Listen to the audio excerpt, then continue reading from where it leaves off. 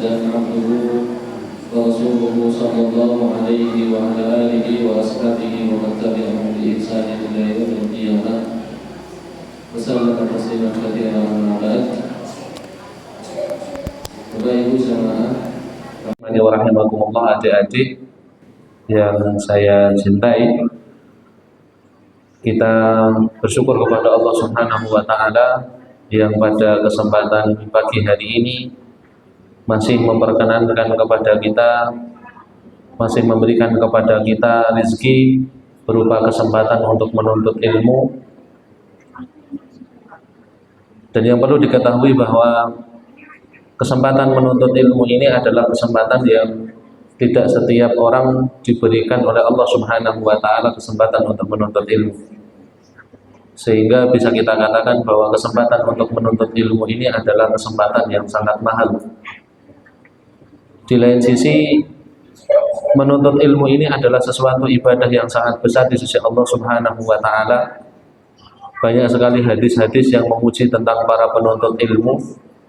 Dan kita berharap kepada Allah Subhanahu wa taala, walaupun mungkin intensitas kita ngaji menuntut ilmu itu jarang-jarang, tapi semoga ngaji kita, menuntut ilmu kita dicatat sebagai ibadah di sisi Allah Subhanahu wa taala.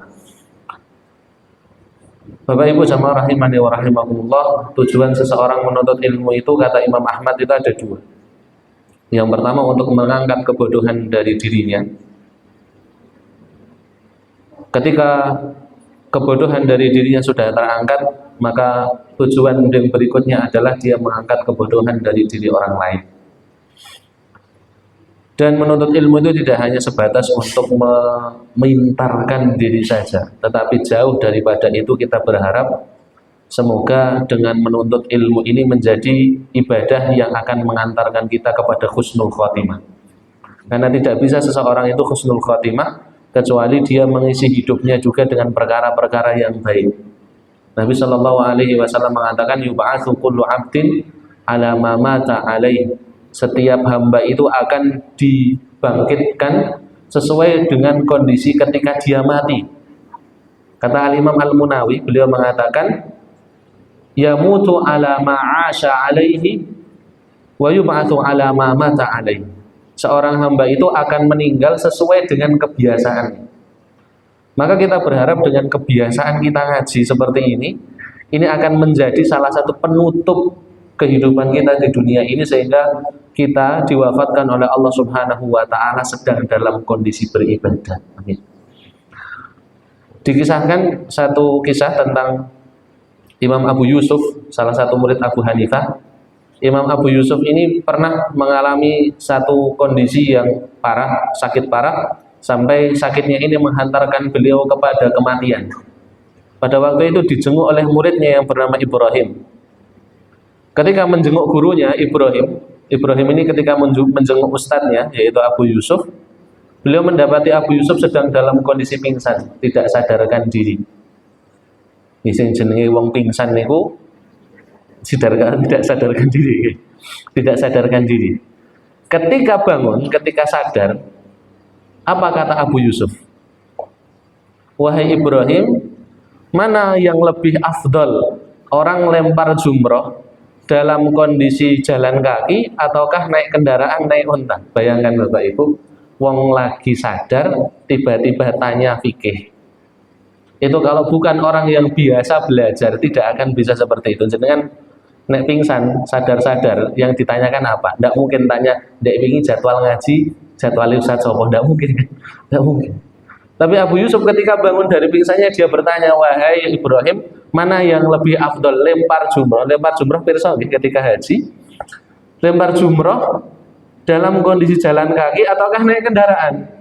Maka kata Ibrahim, kata muridnya, lebih afdol jalan kaki Ustaz. Apa kata Abu Yusuf? Salah. Orang bangun dari pingsan, tanya fikih, nyalah ke murid. Ya sudah, berarti kalau gitu naik kendaraan Ustaz. Salah. Lah terus yang benar apa Ustaz? Tolong beritahu saya. Apa kata Abu Yusuf? Kalau orang itu lempar jumroh kemudian setelah itu pengen berdoa, sambil berdoa, maka yang paling afdal adalah dengan jalan kaki, tidak naik kendaraan. Tapi kalau yang dia ingin kalau dia ingin melempar jumroh habis itu terus ke jumroh berikutnya dari jumroh pertama sampai jumroh ketiga tanpa berdoa, maka yang paling afdal baginya adalah dengan menaiki kendaraan. Habis itu Ibrahim izin sama ustadznya, ya sudah kalau gitu saya tak pamit dulu ustadz. Belum sampai ke pintu rumah ustadznya ternyata Abu Yusuf sudah meninggal. Pelajaran fikih menutup kehidupan Abu Yusuf.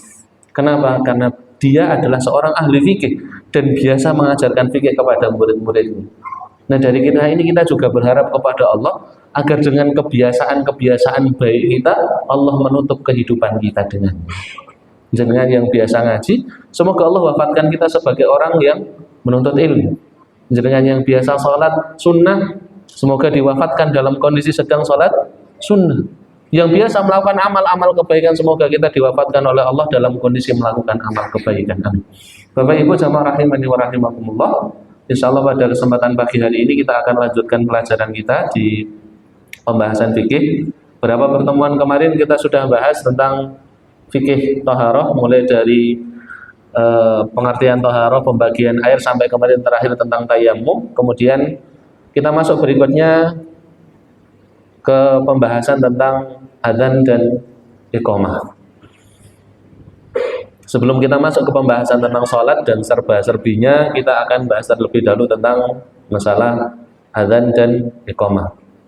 Dan saya percaya panjenengan sedaya sudah sedikit banyak paham tentang apa itu adzan, apa itu iqamah. Nah, tapi pada kesempatan pagi hari ini insya Allah kita akan gali sedikit lebih dalam tentang adzan, iqamah, dan hukum-hukum seputar keduanya. Yang pertama, Bapak Ibu jamaah rahimani wa rahimakumullah, pasal pertama yaitu tentang pengertian adzan dan iqamah. Ini pembahasan kita lumayan panjang, semoga nanti selesai. Kalau tidak selesai nanti kita lanjutkan di pertemuan berikutnya. Pengertian adzan dan iqamah. Adzan pirsa nggih? Tahu adzan? Iqamah tahu? Apa bedanya adzan dan iqamah? Ada hadiah enggak ini? Atau nanti hadiah? Hadiah sekarang apa nanti? Sekarang atau nanti hadiah? Sekarang enggak apa-apa? Atau nanti ya sudah. Apa perbedaan adzan dan iqamah? Kalau adzan, kenapa? Kenapa Bu? Adzan memberitahu tentang waktu sholat. Kalau iqamah? Memberitahu tentang sholat telah dilaksanakan. Berarti wis rampung berarti. Oh mau dilaksanakan. Masya Allah. Adzan itu secara bahasa bermakna al-i'lam, yaitu pemberitahuan. Secara bahasa maknanya pemberitahuan.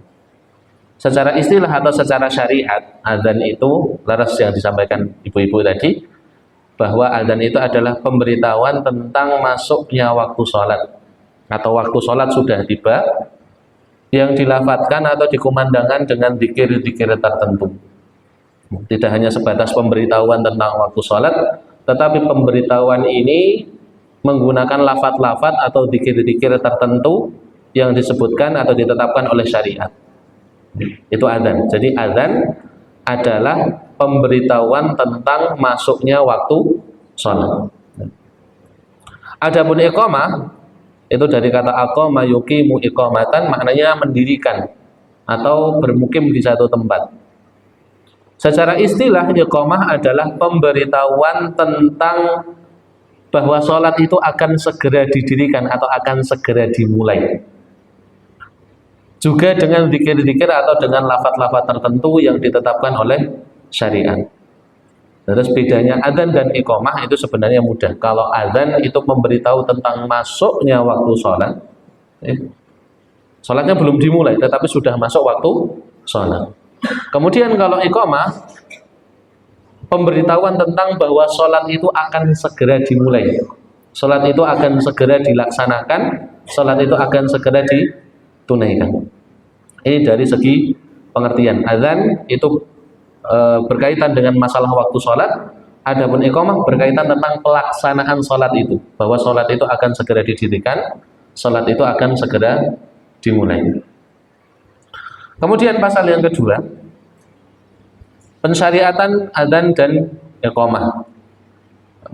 Sejak kapan kaum muslimin menggunakan adzan dan iqamah untuk memanggil atau memberitahu orang-orang tentang salat?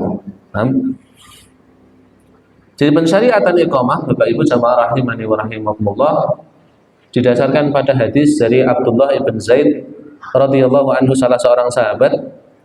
Beliau cerita tentang awal mula pensyariatan iqamah.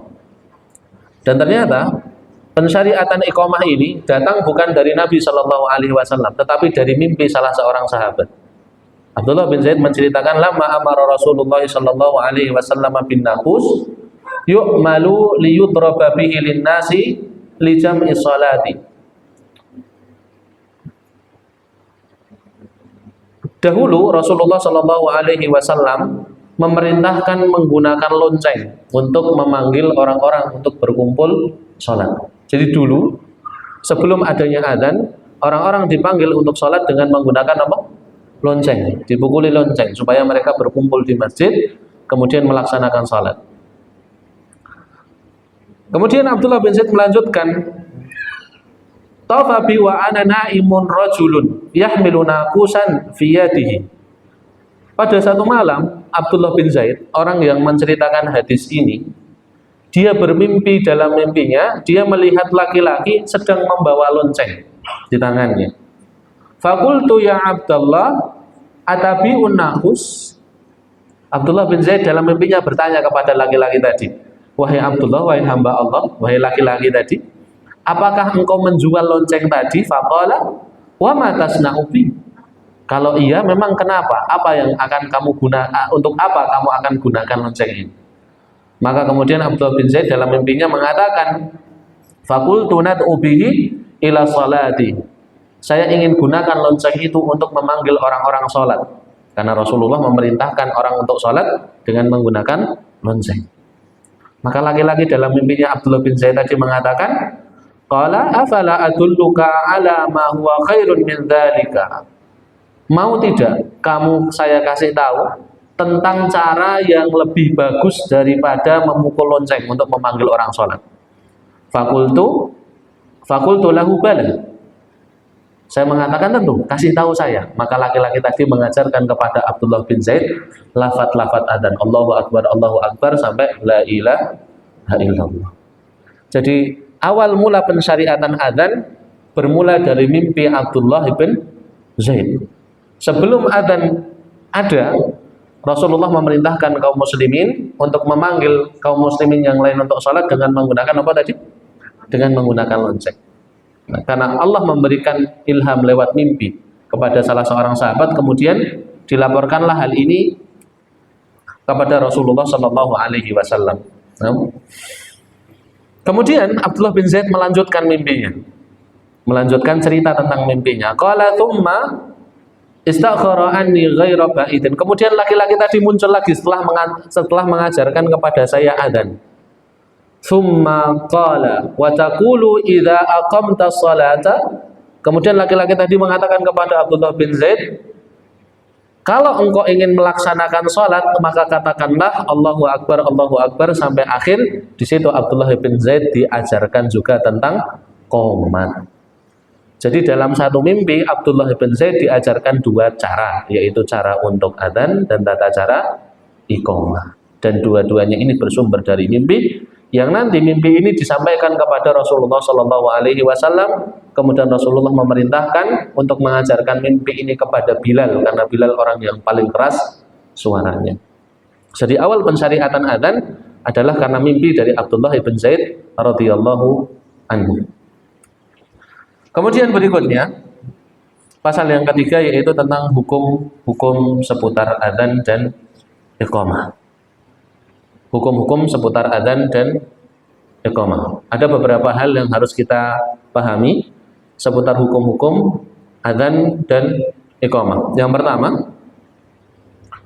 hukum asal dari adzan dan iqamah adalah fardu kifayah. Hukum asal poin pertama bahwa adzan dan iqamah itu hukumnya fardu kifayah. Ada sebagian ulama yang mengatakan itu sunnah, tapi yang paling mendekati kebenaran adalah yang mengatakan bahwa adzan dan iqamah adalah fardu kifayah. Kenapa fardu kifayah itu? Fardu kifayah itu apabila ada satu orang yang sudah melaksanakan, maka kewajiban ini gugur dari yang lainnya. Adzan hukumnya fardu kifayah. Ketika dalam satu area, satu daerah itu sudah ada yang adzan, maka yang lain sudah gugur kewajibannya untuk mengumandangkan adzan. Ini berdasarkan hadis Nabi Shallallahu Alaihi Wasallam, pesan beliau kepada Malik ibn al-Huwairis ketika beliau dan rombongannya ingin pulang ke kampung halamannya. Kemudian Rasulullah Shallallahu Alaihi Wasallam berpesan kepada Malik ibn al-Huwairis, irji'u fakunu fihim wa'allimuhum wa sallu fa idza hadaratis salatu falyu'adzin lakum ahadukum wal ya'ummakum akbarukum. Kata Nabi kepada Malik ibn Huwairis sebelum pulang ke kampungnya, beliau mengatakan, apabila telah datang waktu sholat, hendaklah salah satu dari kalian adzan. Berarti satu orang sudah mewakili dari yang lain. Nah, dari sini para ulama, sebagian ulama mengambil kesimpulan bahwa adzan itu hukumnya fardu kifayah. Kalau sudah ada satu yang mengumandangkan, maka yang lain sudah gugur kewajibannya. Wal ya ummakum akbarukum, dan hendaknya yang mengimami sholat kalian adalah orang yang paling tua atau orang yang dituakan di antara kalian. Insya Allah tentang masalah imam ini akan dibahas panjang lebar nanti di pembahasan tentang masalah sholat berjamaah. Apakah imam itu harus yang paling tua? Apakah imam itu boleh yang lebih muda? Ataukah sebagainya? Ataukah seperti apa peraturan tentang masalah imam? Nanti insya Allah kita akan bahas di bab tentang masalah sholat. Ini hukum yang pertama, bahwa hukum asal dari adzan dan iqamah, apa hukumnya tadi? Fardu kifayah. Fardu kifayah. Kemudian masalah yang kedua, bahwa disunnahkan untuk mengumandangkan adzan bagi orang yang hendak sholat walaupun dia sholatnya sendirian. Jadi walaupun seseorang itu sholatnya sendirian, tetap disunnahkan, bukan diwajibkan, tapi disunnahkan bagi dia untuk mengumandangkan adzan.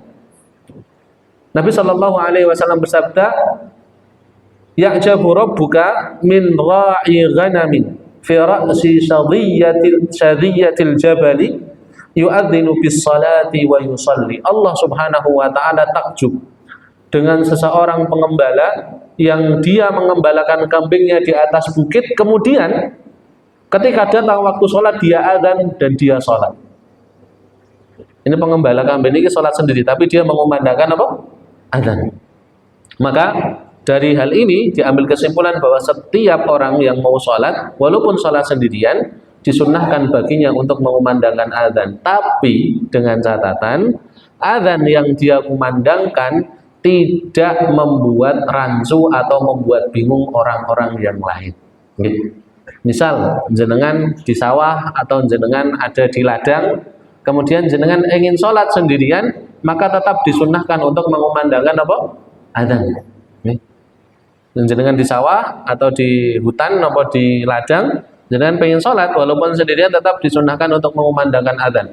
Tetapi kalau adzan jenengan itu membuat orang lain bingung, maka lebih baik untuk ditinggalkan. Misal dari masjid sudah kedengaran adzan, terus jenengan adzan lagi, tiba-tiba masyarakat jadi rame, kok adzan meneh enek wong adzan ping pindho, maka jenengan tidak perlu adzan. Tetapi selama adzan itu tidak membingungkan orang lain, maka tetap disunnahkan untuk adzan walaupun seseorang tersebut sholat secara sendirian. Masalah yang ketiga,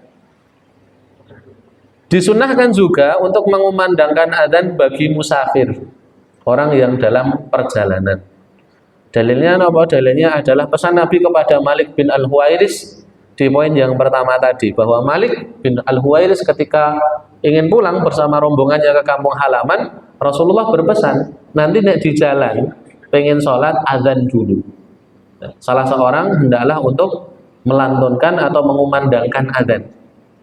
Jadi kemudian diambillah kesimpulan bahwa orang yang dalam keadaan safar pun juga disunnahkan untuk mengumandangkan adzan ketika dalam kondisi safar. Misal jenengan dalam kondisi safar, tiba-tiba berhenti kemudian pengen sholat, maka di situ disunnahkan untuk adzan.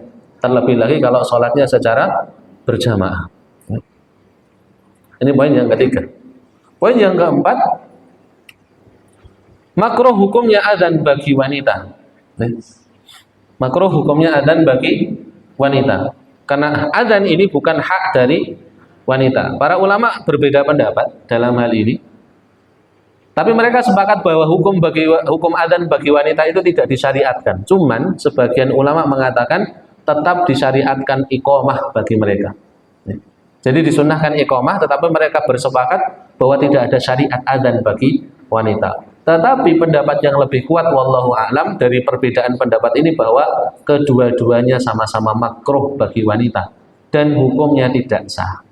Misal, waliyadzubillah, teng masjid ini tidak ada laki-laki yang datang ke masjid, kemudian ada ibu-ibu, timbangannya orang adzan tak adzan. Apakah kemudian adzannya sudah cukup mewakili laki-laki? Tidak. Nanti kalau ada laki-laki yang masuk ke masjid, dia harus mengulangi adzan. Karena adzan wanita itu tidak sah. Tidak sah. Apa alasannya? Pertama, karena suara wanita itu mengantarkan kepada fitnah. Yang kedua, jenengan ketika sholat, ibu-ibu ketika sholat, imamnya salah, apa yang dilakukan, Bu? Mengingatkan imamnya bagaimana? Subhanallah? Tidak, tetapi dengan menepukkan tangan. Tapi bukan tepuk tangan loh ya, menepukkan tangan. Artinya wanita pun dalam sholat tidak bersuara. Dalam sholat saja wanita tidak bersuara walaupun untuk mengingatkan imam. Maka lebih utama lagi ketika adzan. Artinya ketika adzan pun berarti lebih dilarang. Dalam sholat saja tidak bersuara, apalagi ketika adzan.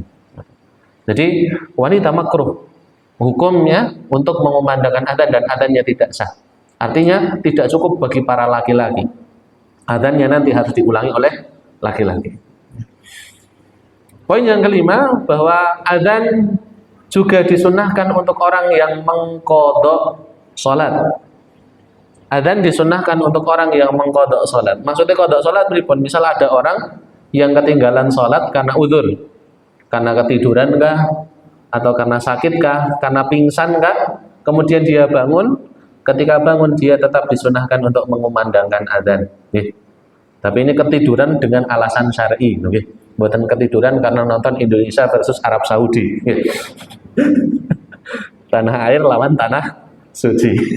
Tapi subuh ketinggalan.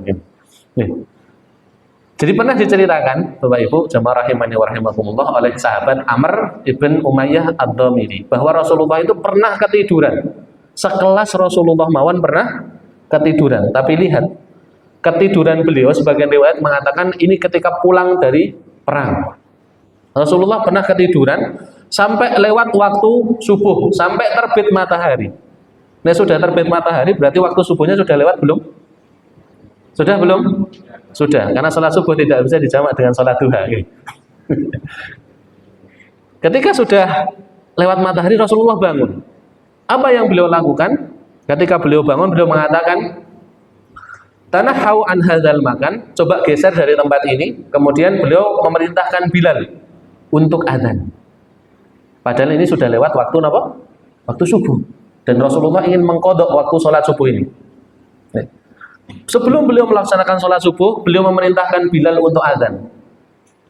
Tsumma tawadda'u wa shallu rak'atai al-fajr. Sebelum iqamah mereka melaksanakan qobliyah subuh dulu. Karena qobliyah subuh ini saking pentingnya boleh diqadha. Jadi misal jenengan nanti qobliyah subuh kelewatan boleh diqadha. Cuman para ulama berbeda pendapat apakah qadhanya langsung setelah sholat subuh ataukah nanti setelah matahari terbit. Yang paling benar atau yang paling mendekati kebenaran adalah qadha qobliyah subuh itu dilaksanakan setelah matahari terbit. Setelah mereka melaksanakan sholat sunnah, thumma amara Bilalan fa'aqama lis-shalah. Baru setelah itu Rasulullah memerintahkan Bilal untuk qomat, kemudian baru mereka melaksanakan sholat subuh, fa shalla bihim sholat subuh. Maka Rasulullah mengimami para sahabat melaksanakan sholat subuh. Ini menunjukkan bahwa orang yang mengqadha sholat pun mereka disunnahkan untuk mengumandangkan adzan dan iqamah. Terlebih lagi kalau qadhanya niku berjamaah, misal ketiduran berjamaah seperti kasus ini. Poin yang keenam, adzan dan iqamah itu bukan syarat sahnya sholat. Ini perlu diperhatikan. Syarat sahnya sholat itu tidak ada di dalamnya harus adzan dan iqamah terlebih dahulu. Termasuk juga bukan syarat untuk berbuka puasa. Adzan dan iqamah bukan syarat sahnya sholat dan juga bukan syarat berbuka puasa. Diceritakan Ibnu Mas'ud, Alqamah dan Al-Aswad, mereka pernah sholat tanpa adzan dan iqamah terlebih dahulu. Dan sholatnya tetap sah, tidak diulangi lagi sholatnya. Jadi misal jenengan sholat di satu masjid, kok tidak ada adzan, tidak ada iqamahnya, jenengan langsung sholat, yang penting sudah masuk waktunya, sholatnya sah napa mboten? Tetap sah. Demikian pula ketika jenengan berbuka puasa, mungkin karena muadzine yo cek buka, misal, pada kita buka ini, akhirnya langsung berbuka tanpa nunggu adzan. Selama itu sudah masuk waktunya, maka puasa jenengan sah. Tetapi perlu diperhatikan bahwa tidak mengumandangkan adzan dan iqamah tanpa sebab atau tanpa udzur hukumnya makruh. Tetapi sholatnya tetap sah. Ini yang perlu dikasih catatan bahwa adzan dan iqamah itu bukan syarat sahnya sholat. Artinya jenengan sholat tanpa adzan dan tanpa iqamah, sholatnya tetap sah. Poin yang ketujuh, saya kira agak cepat mohon karena banyak nih. Nomor 7, adzan dan iqamah untuk orang yang menjamak dan mengkodok beberapa sholat yang tertinggal. Nek jamak berarti tidak cuma satu sholat. Berapa sholat berarti nek jamak? 2. Nek kodok itu bisa lebih dari 2. Mungkin banyak sholat. Nah, apakah orang-orang yang melaksanakan kodok atau jamak mereka disunahkan untuk adzan atau diwajibkan malahan untuk adzan? Maka jawabannya adalah sunnah bagi orang yang mengkodok atau menjamak sholat untuk melafadzkan adzan di awal dia melaksanakan sholat dan iqamah untuk masing-masing sholat. Misal, jenengan jamak sholat zuhur dengan sholat asar. Sholat zuhur dan sholat asar dijamak ditakdim, berarti sholatnya di sholat mana? Sholat zuhur. Dijamak di sholat zuhur. Nah, sebelum melaksanakan sholat zuhur disunahkan untuk adzan. Setelah itu iqamah. Nah, nanti ketika pengen melaksanakan sholat asar, iqamah lagi, baru melaksanakan sholat asar. Atau dalam posisi qadha. Diceritakan Nabi Shallallahu Alaihi Wasallam pernah dalam satu peperangan, kemudian orang-orang musyrik itu menghalangi Nabi untuk sholat sampai 4 sholat. Dari mulai sholat zuhur, asar, maghrib, isya. Ini dalam kondisi yang luar biasa genting. Maka apa yang dilakukan Rasulullah? Rasulullah mengkodok semua sholatnya dalam satu waktu. Tapi perhatikan bagaimana cara beliau mengkodok. Fa'amara Bilalan fa'adzana.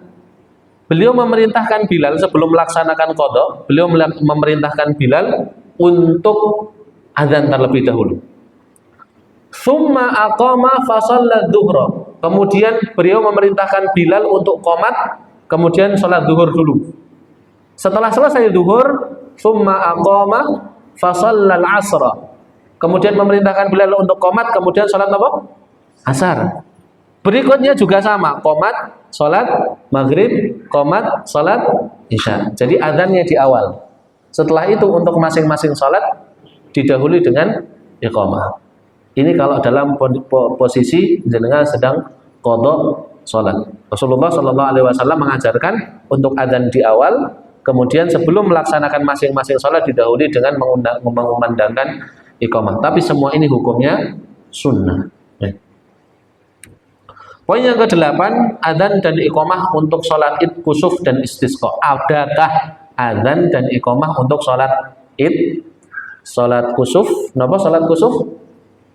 Sholat gerhana. Dan adakah adzan atau iqamah untuk sholat istisqa? Jawabannya tidak ada. Tidak ada adzan, tidak ada iqamah untuk sholat kusuf, sholat id, dan sholat istisqa.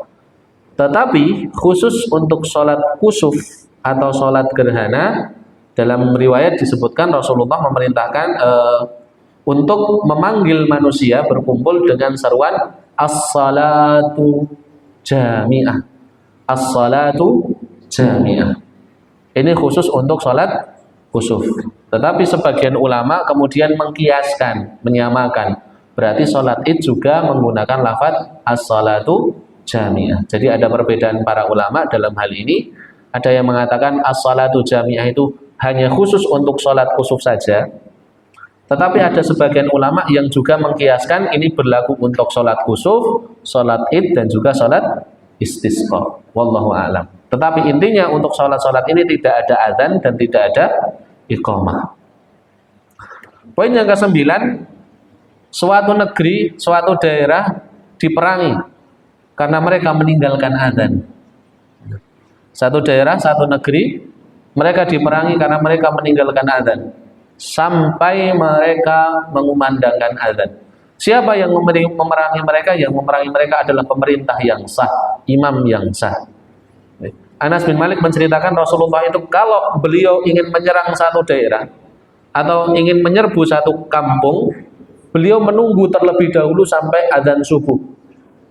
Kalau adzan, maka tidak jadi untuk diperangi.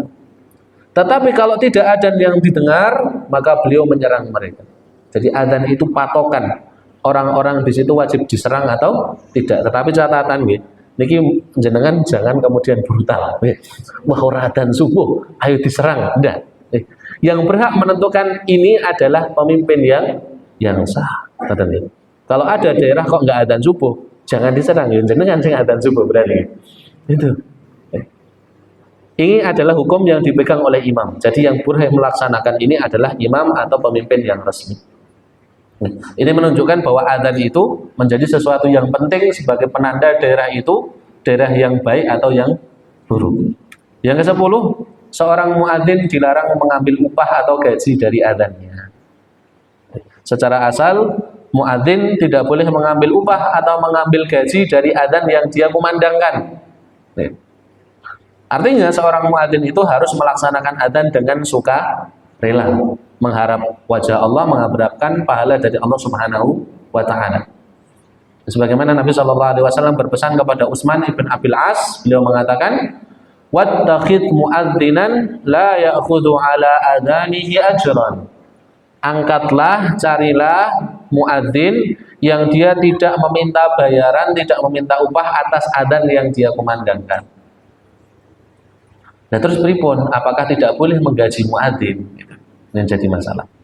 Boleh tidak menggaji muadzin kalau itu? Boleh tidak? Kalau seandainya tidak ada yang sukarela, maka boleh untuk menggaji muadzin. Nah kalau ada kasus satu sukarela, satu berbayar muadzin. Satu muadzin sukarela, satu muadzin berbayar. Maka mana yang lebih didahulukan? Yang sukarela, karena ini yang lebih utama. Tetapi kalau tidak didapati orang yang sukarela menjadi muadzin tetap di situ, maka boleh bagi orang yang berwenang di situ untuk menggaji para muadzin agar mereka menjaga waktu sholat dan mengingatkan kaum muslimin untuk sholat. Ini menunjukkan kalau adzan itu sangat penting bagi kaum muslimin. Sehingga para imam atau para pemimpin diperbolehkan untuk menggaji dari baitul mal, dari kas negara atau dari kas daerah kepada para muadzin kalau seandainya tidak ada muadzin yang sukarela. Nek masjid ini muadzinnya sukarela atau berbayar? Kadang sukarela, kadang berbayar ya. Muadzin itu harusnya sukarela, ya. Tidak memungut bayaran atas adzannya karena ini bentuk ibadah kepada Allah Subhanahu wa taala. Kemudian yang terakhir, yang ke-11, apakah disunahkan adzan di telinga bayi yang baru lahir? Apakah ada sunnah adzan di telinga bayi yang baru lahir? Hadis tentang perkara ini atau tentang masalah adzan di telinga bayi yang baru lahir ada. Riwayat dari sahabat Abu Rafi radhiyallahu anhu, riwayat Imam Tirmidzi. Dan Imam Tirmidzi mengatakan hadis ini hasan sahih. Walaupun sebagian ulama mengatakan hadis ini ada cacat sehingga menyebabkan hadis ini dhaif. Dikatakan oleh Abu Rafi, ra'aitu Rasulullah sallallahu alaihi wasallam adzana fi udhunil Hasan bin Ali hina waladathu Fatimah bis-shalah. Aku melihat Rasulullah adzan di telinga Hasan bin Ali ketika dia lahir dengan adzan seperti adzan ketika mau sholat.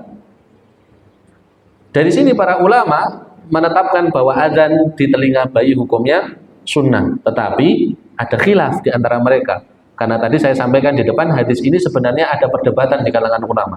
Sebagian mengatakan hadis ini sahih, sebagian lagi mengatakan hadis ini dhaif. Nah, tapi wallahu alam, sebagian ulama bahkan mensunnahkan hal ini, sekalipun mereka mengatakan hadis ini dhaif. Di antaranya adalah Al-Imam An-Nawawi, Al-Buhuti dari mazhab Hambali, kemudian Syekh bin Baz juga mensunnahkan untuk mengadzani bayi yang baru lahir di telinganya. Ada juga sebagian hadis mengatakan adzan di telinga kanan, kemudian iqamah di telinga kiri. Nah, dan ini bisa diamalkan. Apa faedahnya agar bayi yang baru lahir itu pertama kali yang dia dengar kalimat-kalimat tauhid, kalimat-kalimat zikir, kalimat-kalimat thayyibah, kalimat-kalimat yang baik. Ini hukum-hukum berkaitan tentang permasalahan adzan. Kemudian kita masuk ke pasal yang keempat, yaitu tentang syarat-syarat adzan dan iqamah. Syarat-syarat adzan dan iqamah. Syarat yang pertama, adzan dan iqamah itu harus disertai dengan niat. Dan ini berlaku untuk setiap ibadah. Artinya apa? Kalau ada misal di SDIT Al-Wakil ini pas jam zuhur ada pelajaran praktek adzan. Ada salah satu santri siswa yang praktek adzan dilalah pakai mic. Tapi niatnya apa tadi? Praktek pelajaran. Adzan sempurna dari Allahu Akbar sampai la ilaha illallah sempurna, nggak ada yang salah. Sudah cukup atau sah atau tidak adzannya itu? Sah napa mboten adzannya? Tidak sah. Karena niatnya bukan untuk adzan, tetapi niatnya untuk apa? Untuk praktek. Bisa jadi terpaksa dikon guru nih, ya kan? Maka itu tidak cukup, sehingga nanti harus ada orang yang adzan lagi. Jadi niat itu sangat penting.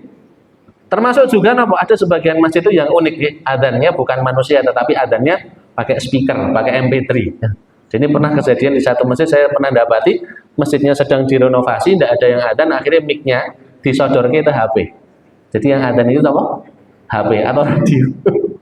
Ini tidak cukup. Tetap harus ada manusia asli yang adzan, yang dia niat untuk adzan atau iqamah. Kemudian syarat yang kedua, dikumandangkan oleh seorang muadzin yang harus punya sifat-sifat berikut. Jadi seorang muadzin dianggap sah adzannya ketika memiliki sifat-sifat berikut. Pertama, dia muslim, dia beragama Islam. Sehingga adzannya orang non-muslim itu tidak sah. Nah, kenapa bisa orang muslim adzan? Siapa bilang tidak bisa? Wong muslim saja hafal Al-Fatihah, ada enggak? Ada. Yang ngampun rumah bapak ibu itu di samping gereja. Samping gereja. Dan ada orang-orang non-Nasrani itu yang mereka hafal Al-Fatihah. Bahkan ketika kaget bilang Allahu Akbar. Mereka bisa. Dan mereka adzan bagaimana? Apakah adzannya sah? Tidak sah. Karena mereka bukan seorang muslim. Kemudian syarat sifat muadzin yang kedua adalah harus berakal. Berarti tidak boleh adzan dari orang yang gila.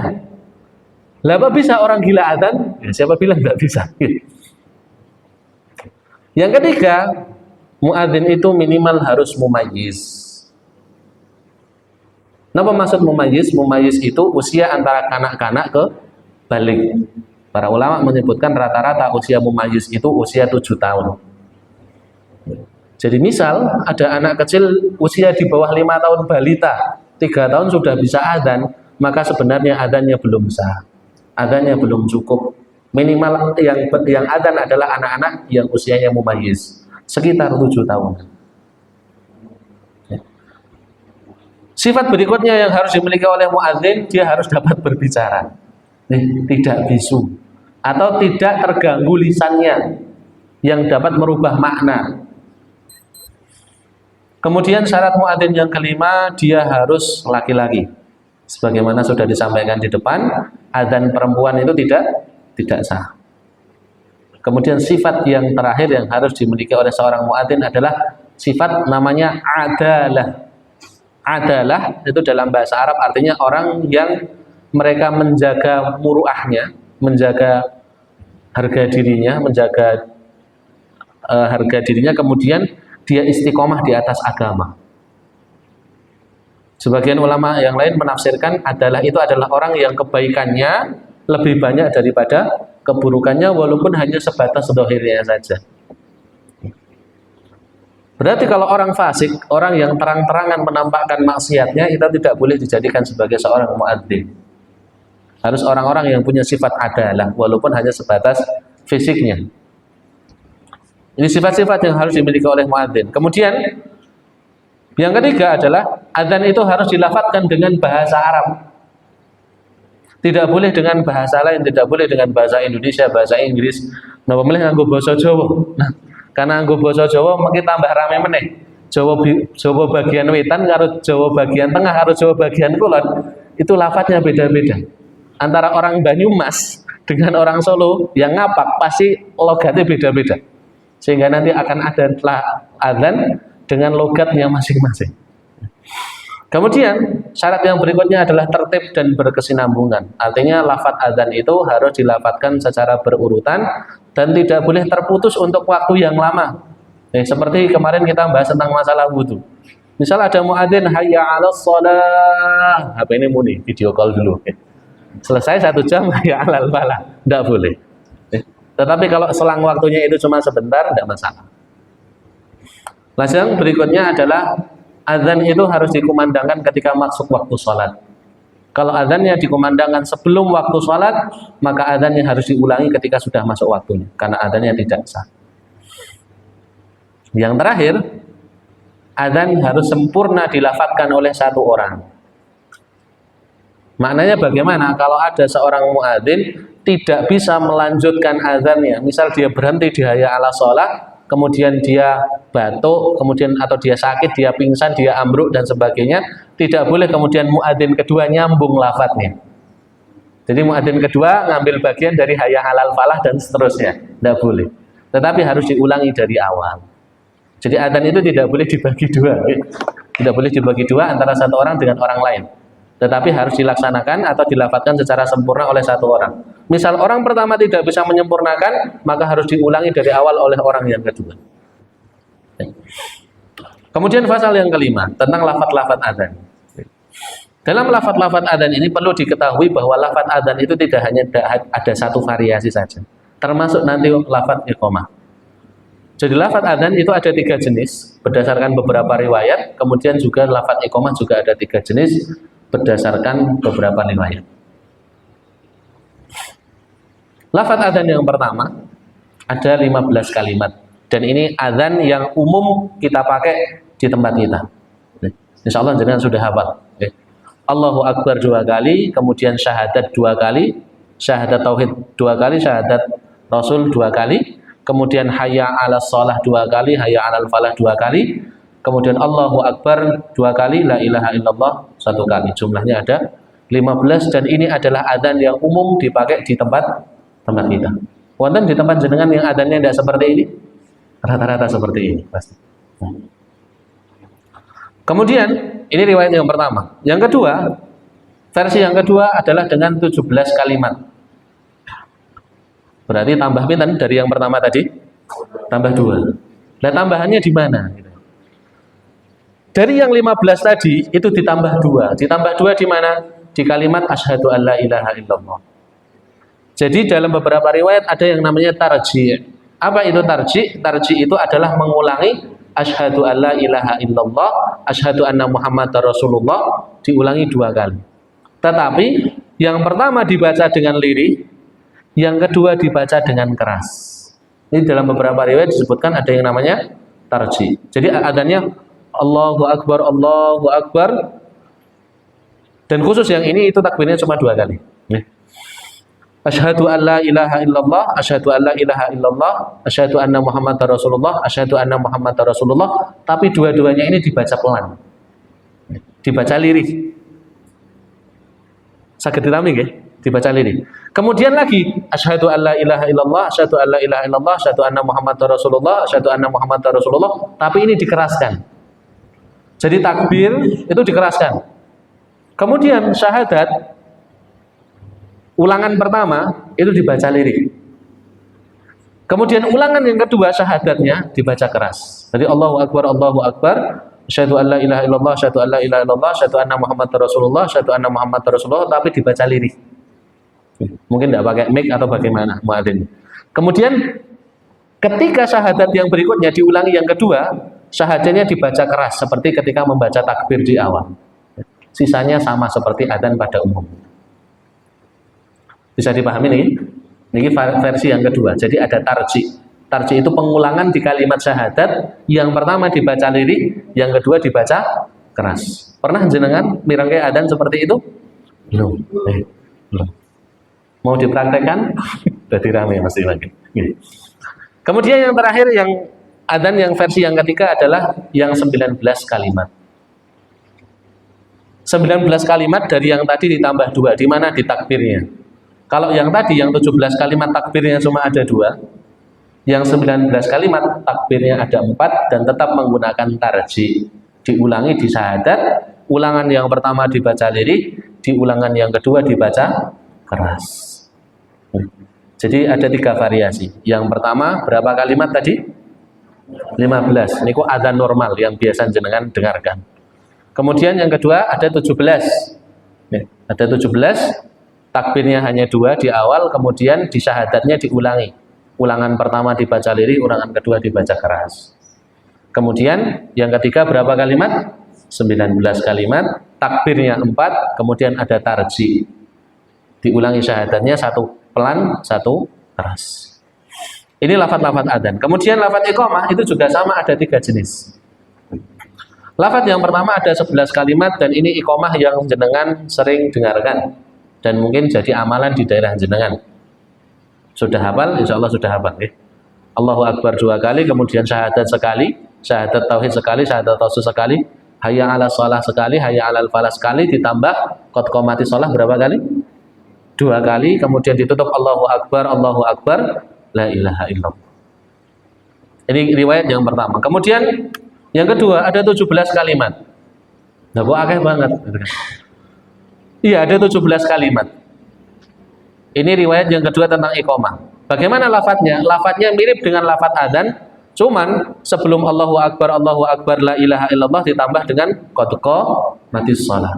Lafadznya persis dengan adzan yang setiap hari jenengan dengarkan, cuman di akhirnya ditambah qad qamatis shalah. Ini riwayat yang kedua. Yang terakhir ada 10 kalimat. Yang dikurangi yang mana? Yang dikurangi adalah di takbir terakhir. Kalau takbir terakhir biasanya 2, yang ini cuma dibaca pinten? 1 kali. Jadi adzan tadi ada 3 riwayat, ada 3 versi, iqamah juga ada berapa? Juga ada 3 versi. Monggo dicatat, dihafalkan, siapa tahu nanti keluar di pertanyaan. Sebagai motivasi ini. Baik, kita lanjut nomor 7. Sunnah-sunnah adzan dan iqamah. Ini yang panjang. Sunnah yang pertama kita bahas ringkas mawon bahwa yang pertama disunnahkan seorang muadzin itu dia memiliki sifat sayyid. Apa itu sayyid? Keras suaranya dan suaranya bagus. Keras dan bagus ini bukan syarat tetapi sunnah. Karena Rasulullah memilih Bilal. Apa sebabnya? Karena Bilal ini orang yang suaranya paling keras. Karena adzan tujuannya adalah memberitahukan, sehingga orang yang suaranya keras diharapkan suaranya bisa sampai kepada orang-orang yang jauh. Karena zaman dahulu belum ada pengeras suara. Termasuk juga diusahakan muadzin itu suaranya bagus, suaranya yang bagus. Dan ini juga peringatan kepada anak-anak muda untuk semangat jadi muadzin. Karena biasanya masjid-masjid di kampung itu muadzinnya itu bukan anak-anak muda, tetapi sudah anak-anak tua, sudah sepuh biasa nih. Dan jenengan tahu kalau sepuh, lafadznya itu sudah bukan lafadz Arab lagi, tapi Arab lafadz Jawa. Sehingga kadang lafadznya tidak terdengar secara jelas. Jadi jenengan yang berada di kepengurusan masjid, dorong anak-anak muda untuk menjadi muadzin. Bahkan kalau bisa seperti tadi, kalau nggak ada yang sukarela, gaji saja, tidak apa-apa. Misal setiap bulan dikasih 100.000 atau 50.000, insya Allah itu sudah bagus. Jadi untuk menghidupkan masjid jenengan. Dan pilih orang-orang yang suaranya bagus. Daripada suara bagusnya digunakan untuk nyanyi, mending digunakan untuk apa? Adzan. Yang kedua, muadzin hendaknya tahu waktu. Muadzin itu hendaknya paham waktu sholat. Kapan duhur, kapan subuh, kapan asar, kapan maghrib, kapan isya, mereka harus tahu. hendaknya mengetahui, artinya sunnahnya mereka mengetahui waktu sholat. Tetapi ini bukan wajib. Artinya seperti ini. Misal ada seorang muadzin tidak tahu waktu sholat, tetapi ada yang memberitahunya, maka adzannya tetap sah. Apalagi sekarang sudah ada jadwal waktu sholat, dan jadwal waktu sholatnya digital, sudah ada alarmnya. Ini sunnah yang kedua. Kemudian yang ketiga, muadzin hendaknya bersuci sebelum mengumandangkan adzan. Bersuci sebelum adzan itu hukumnya sunnah, bukan wajib. Jadi kalau ada orang adzan kok tidak wudu, maka adzannya sah. Nah terus bagaimana dengan orang yang junub? Apakah orang junub adzannya sah? Sah napa mboten kira-kira? Adzannya tetap sah, tetapi makruh. Tetapi makruh, tetapi adzannya tetap sah. Karena bersuci itu bukan syarat dari adzan, tetapi salah satu sunnah yang menyempurnakan. Kemudian yang keempat, sunnah-sunnah adzan yang keempat adalah adzan dikumandangkan dalam kondisi berdiri. Karena para muadzin Rasulullah, Abdullah bin Umi Maktum, kemudian Bilal bin Rabah dan muadzin-muadzin yang lain, mereka adzan dalam kondisi berdiri. Nah terus bagaimana dengan orang yang adzan dalam kondisi duduk? Boleh bagi mereka untuk duduk selama ada udzur. Kalau nggak ada udzur kok duduk, maka adzannya tetap sah, tetapi hukumnya makruh. Adzannya tetap sah, tetapi hukumnya makruh. Karena seorang sahabat yaitu Abu Zaid, salah seorang sahabat Nabi itu pernah adzan dalam kondisi duduk. Kenapa? Karena kakinya pada waktu itu terluka ketika perang. Lah orang yang sehat adzan dalam kondisi duduk, adzannya tetap sah, tetapi makruh hukumnya. Yang kelima, sunnah yang kelima, adzan disunnahkan untuk dikumandangkan di awal waktu. Kenapa? Karena Bilal adzannya di awal waktu. Dan ini perlu diperhatikan nih. Ada sebagian masjid itu yang ketika sudah lewat awal waktu, misal zuhur jam itu mas sekarang adzan 11:30. Misal zuhur 11:30. Kok belum adzan sampai jam 12 kurang 5 menit? Masih boleh adzan tidak? Masih boleh adzan tidak? Masih, dan malah justru disunahkan untuk adzan pada waktu itu. Kenapa? Karena untuk memberitahu orang-orang bahwa ini sudah masuk waktu zuhur. Jadi ini yang perlu diluruskan. Adzan itu memang sunnahnya di awal waktu. Tapi kalau sudah lewat awal waktu, ya tetap adzan. Jangan langsung qomat. Karena ada sebagian masjid wis liwat, ngerti qomat. Akhirnya bingung. Iki sing adzan mah sapa? Jadi kalau misal adzan setengah 12, jam 12 kurang kok belum ada yang adzan, ya diadzani saja. Selama itu masih waktu zuhur. Sekalipun nanti sudah 12:30 kok nggak ada yang adzan, jenengan adzan boleh atau enggak? Boleh.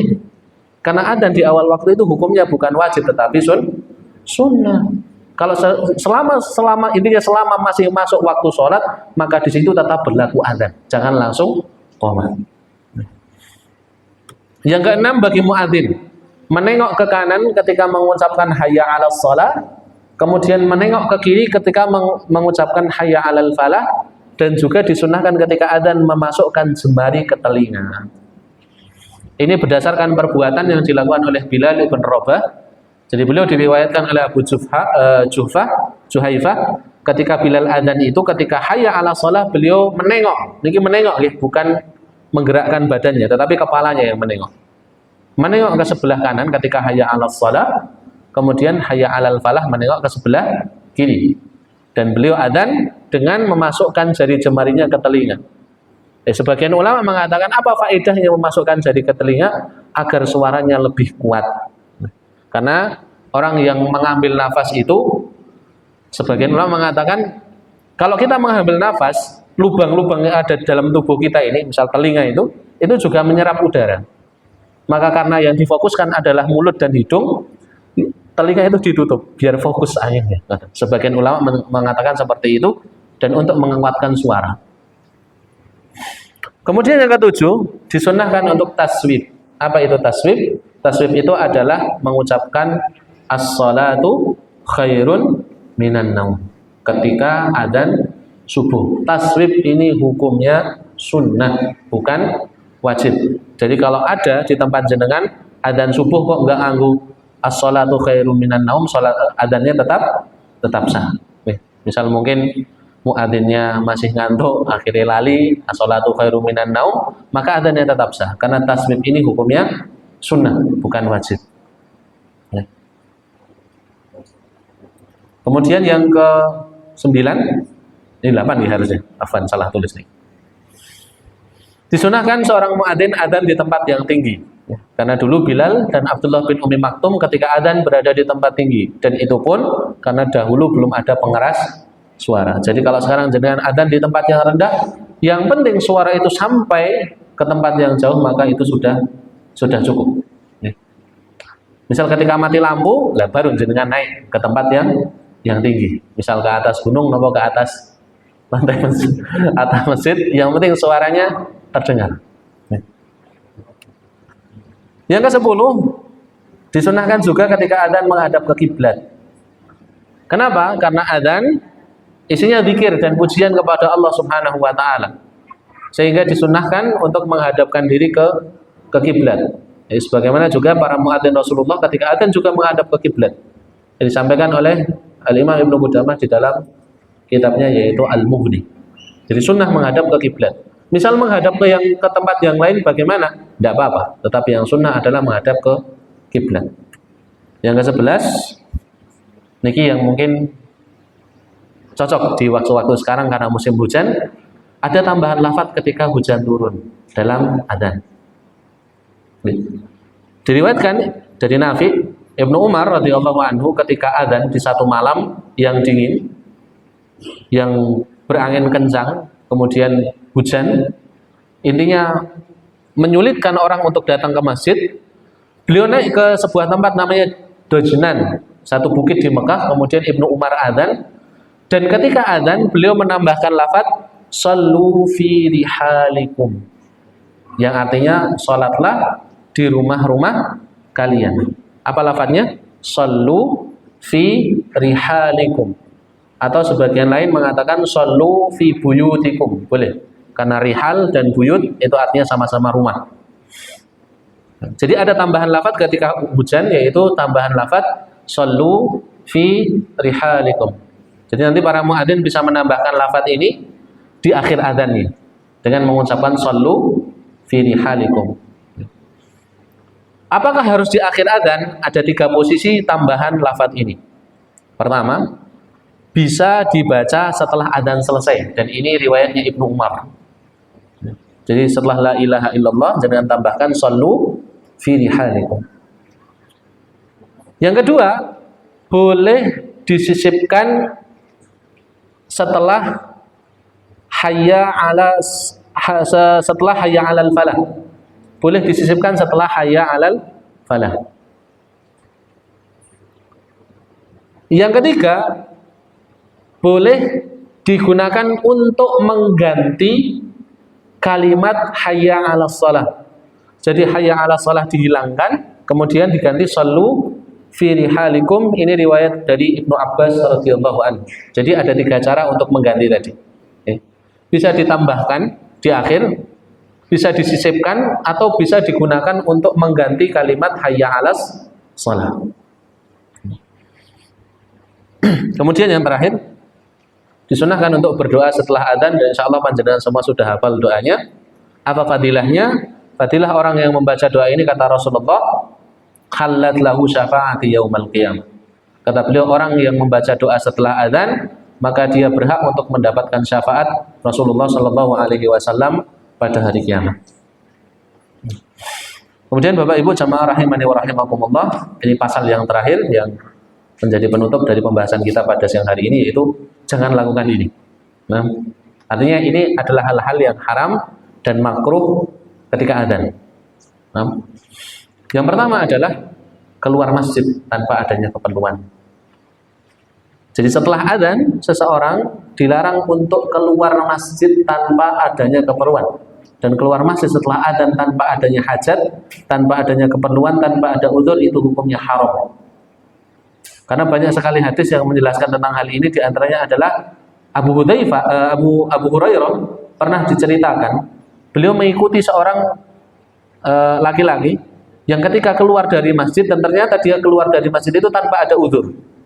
Maka kemudian Abu Hurairah mengatakan, Amma hadza faqad asa Abul Qasim sallallahu alaihi wasallam. Adapun orang yang keluar dari masjid ini tanpa ada sebab, tanpa ada keperluan, maka dia telah bermaksiat, telah mendurhakai Abul Qasim, yaitu Nabi Muhammad sallallahu alaihi wasallam. Kemudian di riwayat yang lain Nabi sallallahu alaihi wasallam bersabda, la yasma'un nidaa fi masjidi hadza thumma yakhruju minhu illa li hajatin thumma la yarji'u ilaihi illa munafiqun. Tidaklah seorang mendengar adzan di masjidku ini, kemudian setelah itu dia keluar tanpa ada sebab, tanpa ada keperluan, lalu dia balik lagi ke masjid kecuali dia termasuk golongan orang-orang munafik. Jadi salah satu ciri orang-orang munafik adalah keluar masjid setelah adzan tanpa sebab. Nah, diancam, disifati sebagai orang munafik. Tapi kalau ada keperluan, misal jenengan batal ingin wudu, ada keperluan mendesak yang lain dan sebagainya, maka itu tidak masalah. Kemudian yang kedua ada masalah namanya al-mulhin dan al-lahan. Ini berkaitan tentang muadzin. Al-mulhin dan al-lahan. Apa itu al-mulhin? Al-mulhin itu maknanya adalah mengumandangkan adzan dengan cara mendendangkan atau melagu-lagukan lafaz adzan seperti lagu atau seperti nyanyian. Jadi dilagukan seperti nyanyian atau mungkin dibuat kayak genre dangdut dan sebagainya. Biar lebih menarik dan sebagainya, maka ini hukumnya makruh. Seperti hukumnya makruh. Bahkan sebagian guru-guru kami itu melarang melakukan adzan sampai berlebih-lebihan. Apa nggak boleh melakukan adzan? Boleh, tetapi sekedarnya saja. Dan melakukan adzan ini bukan termasuk syarat sahnya adzan. Artinya orang yang nggak bisa irama A, B, C, dan D dan seterusnya itu tidak apa-apa adzan dan tetap sah adzannya. Karena melagu-lagukan adzan itu bukan termasuk sunnah sebenarnya. Lah terus nek adzan di sana sama sini kok lagunya beda ya? Karena itu pembawaan dari masyarakatnya. Itu pembawaan dari masyarakatnya. Tapi kalau dibuat-buat sampai mirip dengan nyanyian, itu makruh hukumnya. Itu makna dari al-mulhin, yaitu melagu-lagukan adzan sampai mirip seperti nyanyian. Kemudian yang kedua ada namanya al-malhun. Kalau tadi al-lahan, ini namanya al-malhun. Apa itu malhun? Malhun itu adalah orang yang tidak atau terkena lahan. Lahan itu salah pengucapan dalam bahasa Arab. Malhun itu adalah orang yang salah mengucapkan dalam bahasa Arab atau tidak bisa sesuai dengan kaidah pengucapan bahasa Arab. Nah, malhun ini terbagi menjadi dua. Yang pertama, ada malhun yang dia salah dalam mengucapkan kalimat bahasa Arabnya, tetapi tidak merubah arti. Tidak sampai merubah arti, maka adzannya sah. Contoh, harusnya Allahu Akbar dibaca Allaha Akbar. Harusnya dhammah dikali apa? Kasrah. Maka orang seperti ini adzannya tetap sah, tetapi tetap kalau ada yang lebih baik, haruslah orang yang lebih baik untuk melafadzkan adzan. Yang kedua, ada malhun yang dia lafadznya itu, salah lafadznya itu sampai merubah kalimat. Maka orang-orang seperti ini adzannya tidak sah. Contoh, memanjangkan bacaan yang harusnya tidak panjang dalam bahasa Arab, ini kesalahan fatal. Nah, cara sekolah ini sudah SP3 ini. Misal Allahu Akbar, yang akbarnya itu harusnya pendek, tapi dibaca Allahu Akbar karena didendangkan tadi, jadi masalahnya. Allahu Akbar, jadi bari panjang. Ada alif di situ. Harusnya kan Allahu Akbar pendek. Maka ini merubah makna seperti ini dan adzannya tidak sah. Kenapa? Karena akbar dengan akbar maknanya beda. Akbar itu artinya paling besar atau paling agung. Tapi kalau akbar ini adalah bentuk jamak dari kabar yang artinya gendang. Jadi akbar artinya gendang. Merubah makna atau tidak ini? Merubah makna, sehingga adzannya tidak sah. Intinya, kalau kesalahan dalam adzan itu merubah makna, maka adzannya tidak sah. Tetapi kalau adzannya itu tidak sampai merubah makna, maka adzannya tetap sah. Kemudian yang terakhir, berbicara di tengah-tengah adzan. Ini khusus untuk muadzin. Boleh atau tidak berbicara bagi muadzin yang sedang adzan? Misal dia menyuruh orang lain atau ada anaknya lagi ganggu kemudian disuruh pergi, padahal dia sedang adzan pada waktu itu, apakah seperti ini membatalkan adzan atau tidak? Hal seperti ini dimakruhkan ketika adzan. Artinya tidak sampai membatalkan adzan selama perkataan yang dia ucapkan itu adalah perkataan yang mubah, bukan perkataan yang haram. Selama perkataannya perkataan yang mubah, bukan perkataan yang haram. Kalau perkataan mubah itu dia ucapkan tanpa adanya kebutuhan maka makruh. Tetapi kalau ketika adzan dia harus mengucapkan sesuatu karena satu kebutuhan, maka itu tidak dimakruhkan. Artinya seperti ini, misal ada orang adzan, kemudian dia diganggu anaknya, sampai hayya 'alas shalah karena sudah mungkin ora iso ngempet ganggu, akhirnya dia bilang sama, "Le minggir sithik." Berbicara atau tidak itu? Berbicara. Pembicaraan seperti ini, lafadz yang dikeluarkan, lafadznya mubah atau haram? Ini mubah, karena tidak mengandung sesuatu yang buruk. Maka kalau ada kebutuhan, dia tidak makruh. Tapi kalau dia ngomong tanpa ada kebutuhan, sekalipun apa yang dia ucapkan itu bukan sesuatu yang haram, perkara-perkara mubah, misal lagi adzan kok enek bakul cilok lewat gitu kan misal. Akhirnya dia manggil bakul cilok tadi. Misal. Perkataan terhadap kepada bakul cilok tadi, mubah napa haram? Mubah, karena tidak mengandung hal-hal yang buruk. Tetapi karena dilakukan ketika adzan dan tidak ada kebutuhan pada waktu itu, hukumnya makruh. Bisa dipahami, Jin? Nih, Bapak Ibu para hadirin sekalian yang dirahmati oleh Allah, ini yang bisa saya sampaikan perkara masalah adzan dan iqamah. Sebenarnya masih banyak bab-bab yang lain, tapi secara ringkasnya semoga ini sudah cukup membahas tentang masalah adzan dan iqamah. Sebelum kita akhiri, barangkali ada yang ingin ditanyakan, kami persilakan. Wallahu a'lam bishawab.